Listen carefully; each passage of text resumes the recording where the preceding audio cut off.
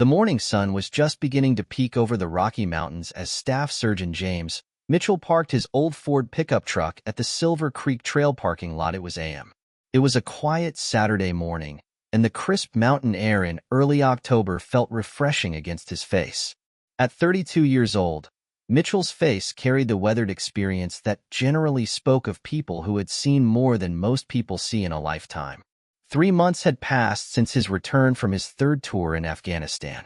Civilian life hadn't been easy, but Mitchell had found peace in these weekly mountain hikes. Every Saturday, without fail, he would drive the 40 minutes from his small apartment in town to this particular trail. There was something about the solitude and the challenge of the mountain that helped quiet the memories that sometimes kept him awake at night. As he stepped out of his truck, Mitchell went through his usual routine.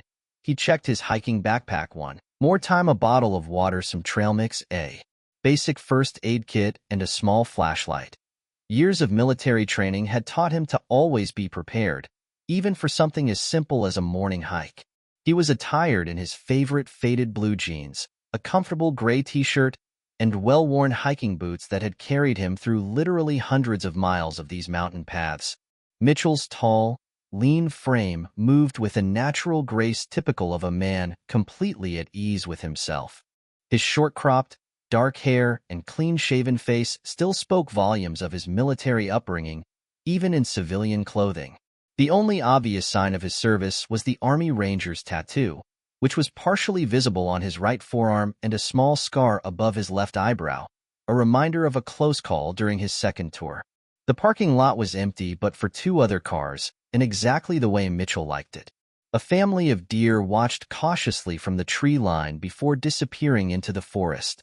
A woodpecker echoed somewhere in the distance and leaves rustled softly in the morning breeze. As he started up the trail, Mitchell fell into an easy rhythm. His boots crunched softly on the gravel path, and his breathing remained steady despite the increasing elevation. The first mile of the trail wound through a dense forest of pine and aspen trees, their leaves just starting to turn golden with the approaching fall. Mitchell noticed everything around him. It was a habit he couldn't shake from his military days. He spotted fresh bear tracks crossing the path, noted the changing wind direction, and marked the position of the sun. The trail grew steeper as it curved around the mountain's eastern face. Mitchell barely broke a sweat. His time in the Rangers had kept him in excellent shape, and even after leaving active duty, he maintained a strict fitness routine. Regular visitors to the trail would often see him running up these same slopes with a weighted pack, preparing for whatever challenges civilian life might throw his way. About 2 miles and Mitchell stopped at his favorite resting spot. A large boulder overlooking the valley below. The morning fog was still lifting from the lower elevations, created an enchanted scene as sunlight filtered through the mist.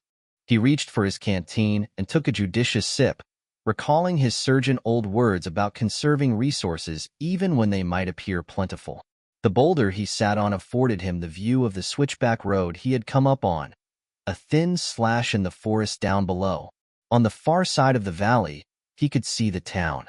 It was far enough away that its buildings appeared like toy dots. Up here, at least, the problems of the world seemed less overwhelming, easier to deal with. Though when he sits on that mountain, all the tension he was carrying around in his shoulders begins to dissipate, just like it always does in these mountains. Sitting in the mountain, Mitchell reflected on his team back in Afghanistan. He missed them, especially Jones with his terrible jokes and Rodriguez, who could make coffee not taste so bad, even in the worst conditions. But he knew he had made the right decision in leaving active juvie. These mountains had become his new mission, his new way to find purpose. Checking his watch, another military habit he couldn't break, Mitchell saw it was time to continue on his hike. He had planned to reach the summit before the day got too hot. Standing up, he adjusted his pack and looked up at the trail ahead. The path grew narrower and more challenging from this point, but that's exactly what he wanted. Little did he know that this peaceful morning was about to take an unexpected turn, one that would call upon every bit of his military training and experience. The morning peace was shattered by the distant roar of motorcycle engines. Mitchell paused on the trail, his military-trained ears picking up the sound. He had walked about 3 miles of mountain trail well before it was evident to other hikers. The sound seemed to emanate from the next bend. As the engines grew louder, he noticed 2 other sounds, aggressive male voices and what sounded to be a woman's frightened protest. His body tensed automatically. the way it had done thousands of times in the combat zones when trouble was approaching. The peaceful hiker in him wanted to avoid conflict, but the soldier in him could not disregard the signs of distress. He quietly moved off the main trail. Mitchell placed himself behind a big pine tree. Years of combat training had taught him the value of assessing a situation before revealing himself. The voices were getting clearer now, and the motorcycles had stopped. "Listen here, Ultimer." A rough voice echoed off canyon walls. "Nobody uses this trail without paying the toll. That's how it works up here." Now the voice carried arrogant confidence, a tone used to intimidating others. Mitchell edged closer, keeping to the tree line. From his position now, he could until it did emerge. 5 men in leather vests were encircling an older couple on the trail.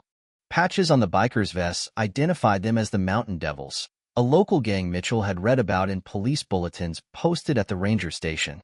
The elderly couple stood close together, a man trying to shield his wife with his body. He was in his 70s, dressed in a red flannel shirt and hiking boots showing years of trail use. His wife, clutching his arm, wore a blue windbreaker and kept looking desperately around for help. "We're just trying to enjoy our morning walk," the old man said, his voice steady despite his obvious fear. "We've been hiking this trail for 30 years. Please, just let us pass." The leader of the bikers, a muscular man with a skull tattoo on his neck, laughed mockingly. 30 years? Well, times change, Grandpa. Now you pay, or you turn around and go home." He stepped closer to the couple, using his size to intimidate them further. Mitchell watched as the other bikers spread out in a practice formation to position themselves behind the couple, cutting off their retreat. Another 2 flanked their leader, creating a wall of leather and threatening grins. These weren't random troublemakers. They had done this before. The elderly woman fumbled with her small backpack. "I have $40, she said, her hands trembling. "Please, just take it and let us go." 40, the skull-tattooed leader snorted. "Lady, the toll is $100 each." He emphasized the last word by poking his finger into the old man's chest, causing him to stumble slightly. Mitchell's jaw tightened as he continued his observant. Bikers were armed not with guns, but he could see chains hanging from belt loops, and at least 2 of them had knives poorly concealed in their boots. Their motorcycles parked haphazard across the trail, locked any easy escape route. A memory flashed through Mitchell's mind. A village in Afghanistan where local thugs had terrorized farmers for protection money. He had seen this type of intimidation before, and he knew it only got worse when left unchecked. The old man reached for his wallet, his dignity crumbling as he prepared to hand over their hiking money. His wife had started crying softly, a sound mixing with the morning breeze and distant bird calls that now seemed mockingly peaceful. Mitchell had seen enough as a ranger. He had sworn to protect others from those who would harm them. That duty didn't end when he left the service. He double-checked the position of each biker, noting their stance, their weapons, their likely reaction times. His combat training kicked in, automatically mapping out scenarios and responses. Stepping out in this case, the action from behind the tree, it would mean entering into a 5-against-1 situation. The sensible thing to do would be to call the Rangers and wait for backup.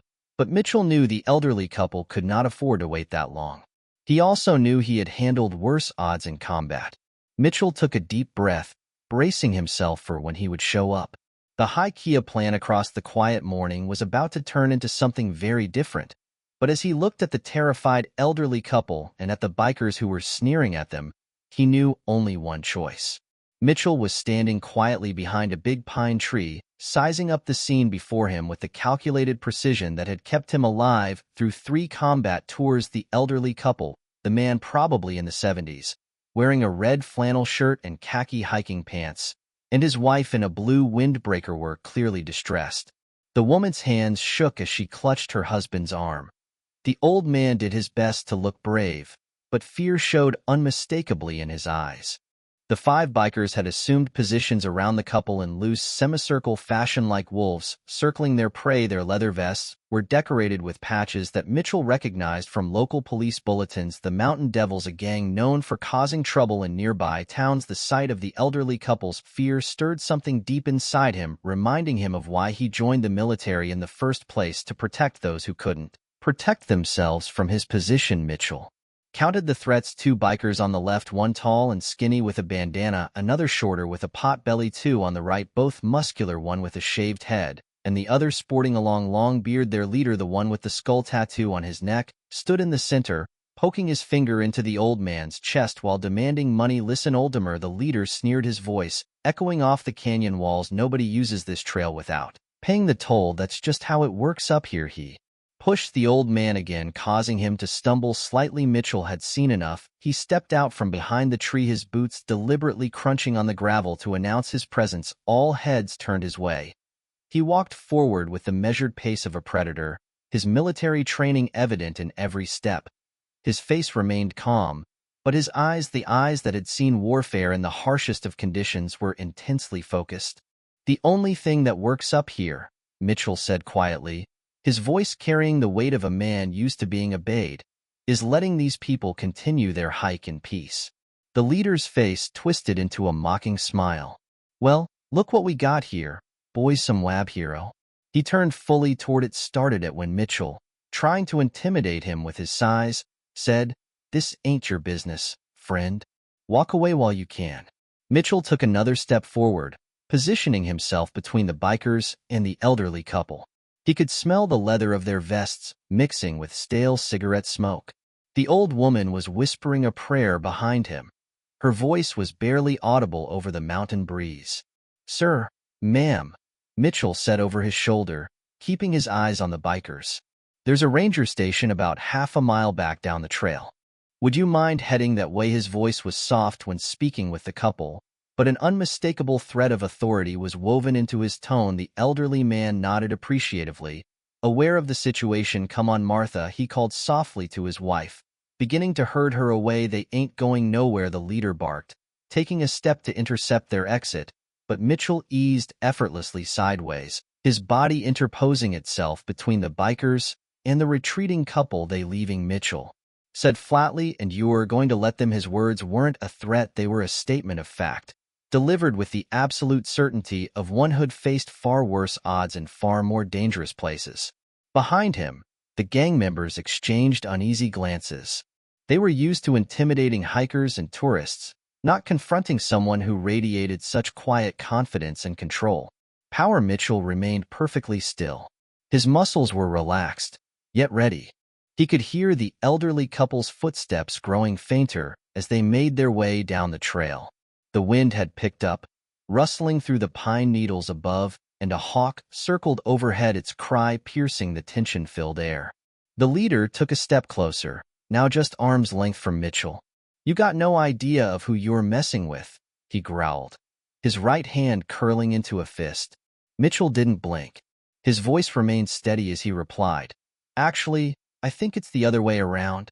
He shifted his weight slightly, almost imperceptibly, preparing for what he knew was coming. Years of combat training had taught him to read people, and these bikers' body language was told him all he needed to know. The situation had bred its tipping point in the next few moments. Mitchell knew things would either end peacefully or go violently. Given past experiences with bullies, whether in war zones or mountain trails, he was ready for either outcome. On Mountain A, tension thickened as 5 bikers fanned out around Mitchell. The skull-tattooed leader introduced himself as Snake, who started cracking his knuckles with that exaggerated gesture. That sound reverberated off the rocky trail walls and mixed with the distant cry ravens circling above boys. Snake oozing with a mean grin. "Looks like we need to teach this guy some manners." His gang members erupted into a fit of laughter, but Mitchell managed to make out the touches of nervousness laced within their laughter. They were not used to targets that stood their ground. Mitchell did not move. His feet were shoulder-width apart, in a stance any combat veteran would instantly recognize as ready position. His eyes moved systematically from one biker to another, mapping their positions just as he had done 1,000 times during urban warfare training. The tall biker with the bandana moved first, circling to Mitchell's left. "Nice hiking boots," he sneered. "Bet they cost a pretty penny. Maybe we'll take those too after we're done here." His attempt at intimidation fell flat against Mitchell's unwavering calm. Snake stepped closer, his heavy boots crunching on the ground. Tr. He stood a few inches taller than Mitchell and outweighed him by at least 50 pounds. The skull tattoo on his neck stretched as he turned his head to address his gang. What do you say we show this nature boy what happens when somebody messed with our business? Mitchell spoke for the first time since the confrontation began, his voice carrying the kind of quiet authority that made everyone pause.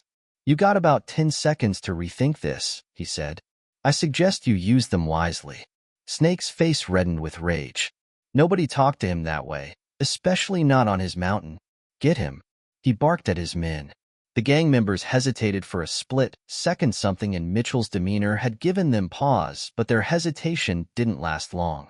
The biker with the potbelly made the first move, charging forward with a wild swing aimed at Mitchell's head. Mitchell didn't even blink. His military-trained eyes had already spotted all the signs. The telegraphed punch, the poor balance, the overarm confidence. As the fist came toward him, time seemed to slow down, just like it had in combat situations. He noticed everything: the way the sunlight glinted off the biker's rings, the sound of gravel shifting under boots, the sharp intake of breath from the other. Gang members watching the bandana-wearing biker tried to grab Mitchell from behind, while he was distracted by the first attack. But Mitchell had spent years training for multiple opponents. He heard the crunch of gravel behind him, sensed the movement in his peripheral vision, and his body reacted.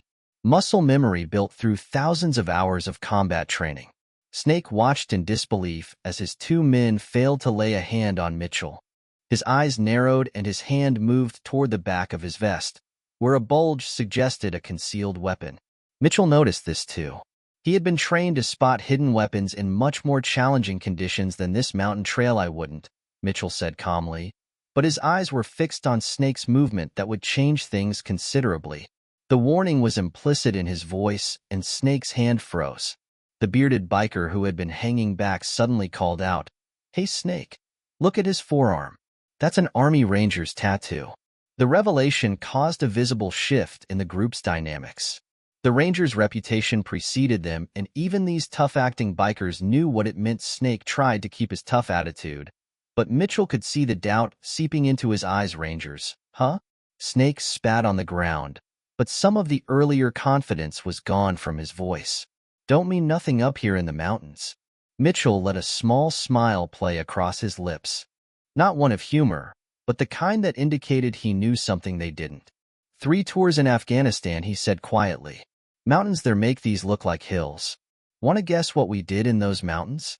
The air grew. Even the wind seemed to hold its breath. Bikers exchanged glances at their earlier bravado evaporated, as they realized they had grossly miscalculated their target. They weren't facing some random hiker. They were squaring off against a highly trained combat veteran who looked completely at ease despite being outnumbered. Snake's next move would determine how this situation played out. His fingers twitched near his vest again, his pride wrestling with his survival instinct. Mitchell remained perfectly still, but every muscle in his body was ready. The next few seconds would decide whether this confrontation ended with words or action. The mountain trail had become an arena of tension, with Mitchell and the 5 bikers locked in a standoff that could explode any second. The afternoon sun cast long shadows through the pine trees, and a cool breeze carried the scent of approaching rain. Snake, the gang leader, was struggling with a decision that would change the course of this entire confrontation. Mitchell decided to give them one last chance. His voice remained calm and controlled as he spoke. Back in Afghanistan, we had a saying: the smart fighter knows when to walk away. He kept his hands visible, but ready, his stance relaxed, but prepared for anything. This is your chance to be smart. Snake's pride was visibly wounded, his reputation among the mountain devils at stake. The skull tattoo on his neck seemed to grin mockingly as he tensed his jaw. "You think you're some kind of hero," he snarled. "This ain't the army, and we ain't some desert fighters. This is our territory." Behind Snake, the biker with the bandana took a small step. The one with the pot belly was sweating despite the cool mountain air. Even the bearded biker who'd been so eager for action earlier now looked uncertain. Only the bald one remained firmly by Snake's side, his fists clenched. "Territory," Mitchell almost smiled. "Let me tell you about territory." His eyes never left Snake as he spoke. "In the mountains of Afghanistan, I tracked fighters who knew every cave, every rock, every trail since childhood. Men who lived their entire lives in those peaks. Want to know what happened to them? They made poor choices." A distant roll of thunder emphasized his words. The dark clouds moved in, casting an ominous shadow on the scene. Snake's hand remained poised over his vest, where the hidden weapon rested. "Last warning," Mitchell said, lowering his voice further. "Walk away.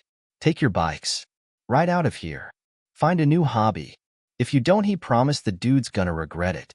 Every word weighed with combat experience, nights spent in firefights missions where the difference between life and death depended on split-second decisions. Biker with the bandage spoke up, his voice shaky. "Snake, maybe we sh." "Shut up." Snake snapped, his face renaying with rage. He turned back to Mitchell. "You think I'm afraid of some washed-up soldier? You're on your own out here. No backup, no radio, no weapons." Mitchell remained perfectly still. "You're wrong on all counts," he replied. "First, Rangers don't wash up. Second, I'm never really alone. The elderly couple you've harassed is probably at the ranger station by now. And third," he paused, letting his eyes drift meaningfully to Snake's concealed weapon, "I don't need weapons to handle this situation." The wind picked up, rustling through the trees. A few drops of rain began to fall, pattering softly on the leaves above. The bandana-wearing biker took another step back. That another, the one with the pot belly, was looking at the trail behind him, clearly considering his options. Snake noticed his game's resolve crumbling, his authority slipping away with each passing second. Mitchell could see the dangerous mix of fear and anger in the man's eyes, a combination head seen many times before. One that was often resulted in impulsive actions. "Nobody backs down from the mountain devils," Snake crowed, his voice shaking with his anger. "Nobody." Mitchell exhaled softly. He seemed that had seen one too many times not to know what would happen next. His muscles stiffened almost invisibly as he watched Snake's right shoulder slump fractionally, a tell-all sign of an imminent attack. "Last chance," Mitchell said, each word clear and distinct. "Make the right choice." The rain was coming down solidly, by now creating a fine mist in the mountain air. The bearded biker and the one with the pot belly had backed away almost to their motorcycles. Only the bald one remained close to Snake, though even he looked unsure. Snake's pride went out over reason. With a roar of rage, he lunged forward, his right hand finally pulling the concealed weapon, a heavy chain, from his vest. The metal links glinted in the dim light as they swung toward Mitchell's head. Time seemed to slow down.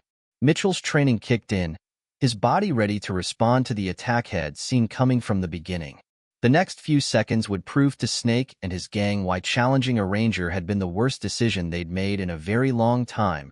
As Snake's chain whistled through the rain-filled air, Mitchell's combat training took over. Time seemed to slow down as his body moved with the fluid precision that had been drilled into him through years of military service. The chain missed his head by inches as he stepped sideways, the movement so natural it looked almost effortless before Snake could recover. From his wild swing, Mitchell grabbed the chain mid-arc in one smooth motion. He yet it forward while sidestepping, using Snake's own momentum against him. The gang leader stumbled forward, his eyes widening with surprise as his feet left the ground. A second later, Snake crashed face first into the muddy trail. The impact knocked the wind from his lungs. The bald biker charged forward with a roar, throwing a heavy punch aimed at Mitchell's kidney. But Mitchell had already anticipated this move. He shifted his weight, allowing the punch to sail past him. In the same fluid motion, he trapped the biker's extended arm, using a simple joint lock that every are learned in basic combat training. "Arc!" the bald biker screamed as Mitchell applied just enough pressure to send him down to his knees. The SAM echoed off the mountain walls, mixing with the pattering rain. Snake was struggling to his feet, mud dripping from his leather vest. His face was a mask of rage and disbelief. He had never been humiliated like this, especially not in front of his gang. With an angry growl, he pulled a switchblade from his boot, a desperate move that Mitchell had seen coming. "Really bad decision," Mitchell said, and calmly released the bald biker. With a warning twist of his arm, the bald man crawled away, clutching his shoulder. Snake lunged forward with knife, but his movements were sloppy with anger. Mitchell stepped inside his attack, his right hand catching Snake's knife hand while his left forearm struck the gang leader's chest in a movement that looked almost Torah-like. Mitchell redirected Snake's charge into a controlled fall. The knife clattered away on the rocky trail as Snake hit the ground for the second time.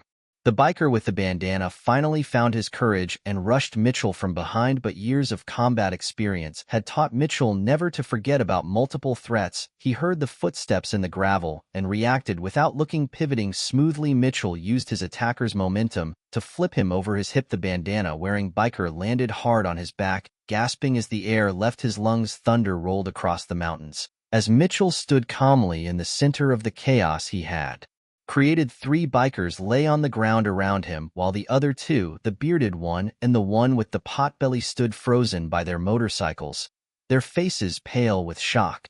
Snake tried to push himself up again, but Mitchell placed a firm boot on his back, applying just enough pressure to keep him down.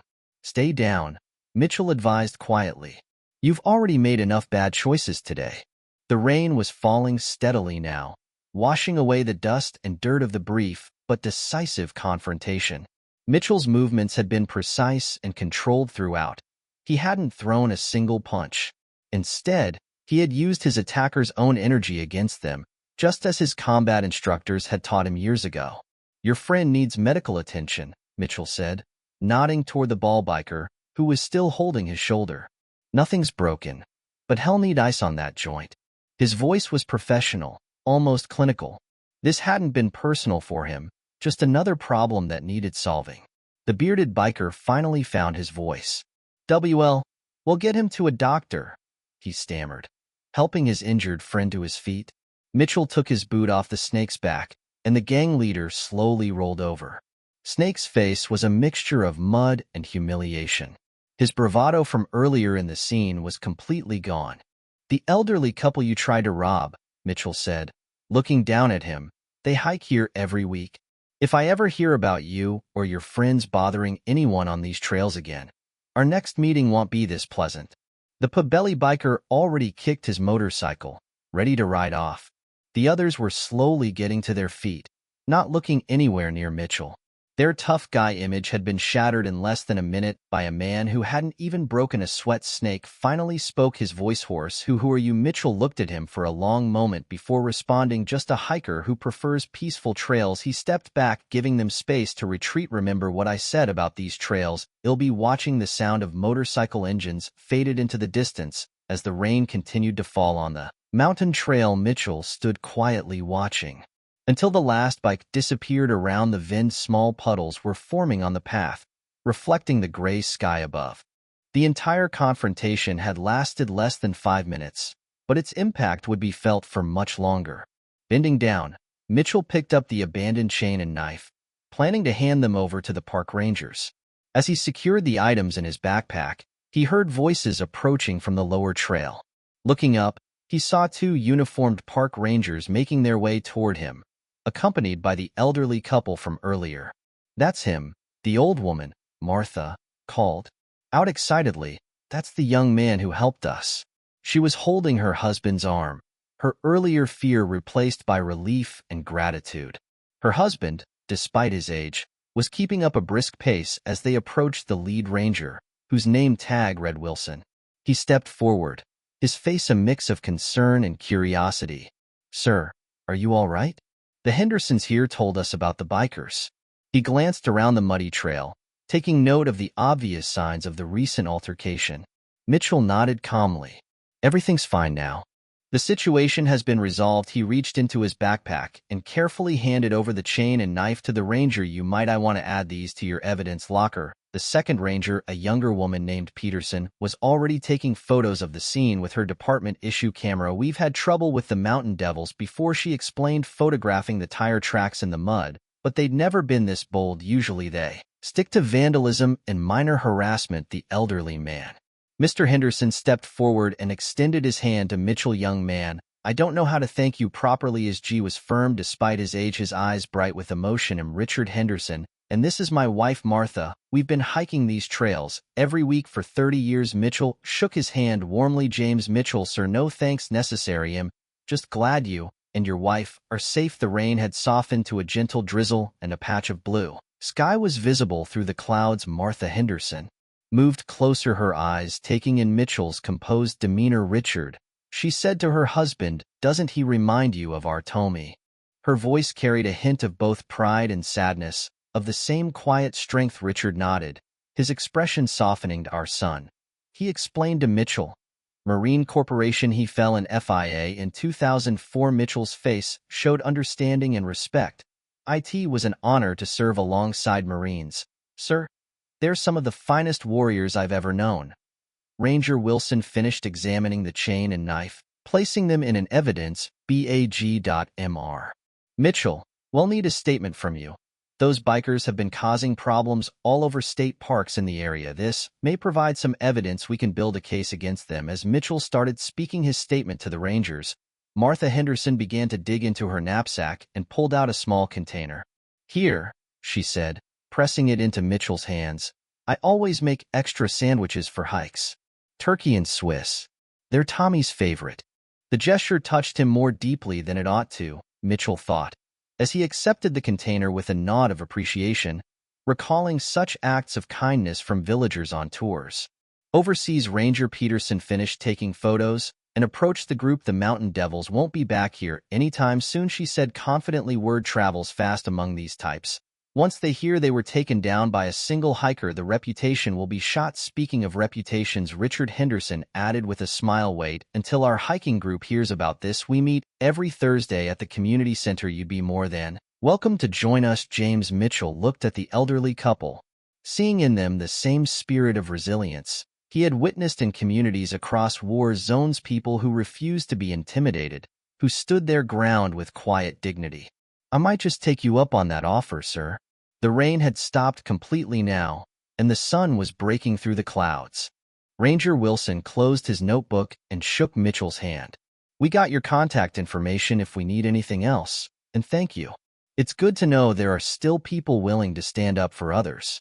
Martha Henderson touched Mitchell's arm gently.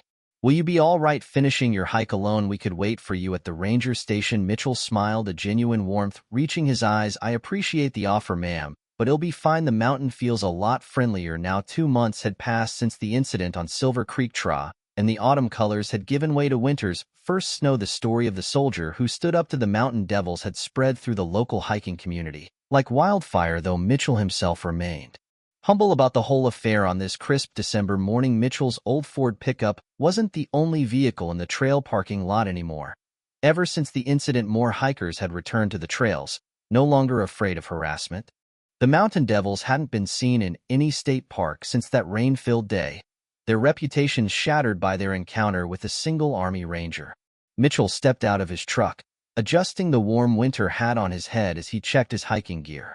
He heard familiar voices calling out to him, and the Hendersons were making their way across the parking lot, bundled up against the cold. They weren't alone. Behind them came 6 other hikers, all members of their Thursday hiking group. James. Martha Henderson waved cheerfully, her breath visible in the cold air. Perfect timing. We were hoping to catch you this morning. She had taken to packing extra sandwiches every Saturday, knowing Mitchell would be on the trail. Richard Henderson reached out to shake Mitchell's hand. The Rangers called yesterday, he said with a satisfied smile. They've arrested 3 members of the Mountain Devils, something about harassment charges across 5 different counties. Your statement helped build the case. Mitchell nodded, pleased but not surprised. Good to hear, sir. The trails belong to everyone, not just those who try to claim them through fear. The other hikers gathered around, their faces friendly and familiar now. Over the past weeks, Mitchell had gradually become part of their community. There was Bob, a retired high school teacher who knew every bird call in the mountains, Sarah, an emergency room nurse who carried the most complete first aid kit Mitchell had ever seen, and Mike, a former park ranger who could tell stories about these trails for hours.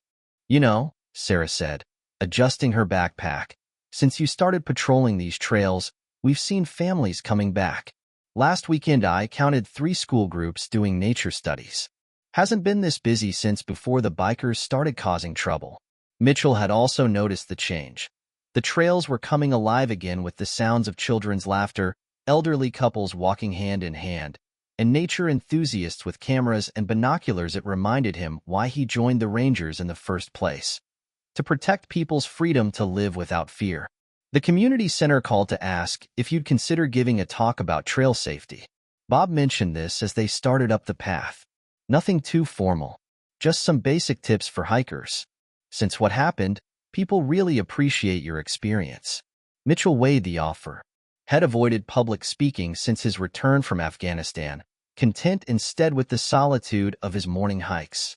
But something had changed over these last months. The mountains had healed him, and now he had a chance to give back. "I think I can do that," he replied, watching his breath form clouds in the cold air. "Maybe share some navigation tips, basic self-defense, what to pack for emergencies." Martha beamed at his response. "Wonderful, and afterward, we can have some of my turkey sandwiches." The whole hiking club swears by them now. As they hike higher up the trail, the group naturally spread out into a comfortable formation. Mitchell found himself walking alongside Richard Henderson. Would become something of a father figure to him. "You know, son," Richard said quietly, "when we lost Tommy, Martha, and I thought about giving up hiking. These trails held too many memories." He paused, looking at the snow-covered peaks ahead.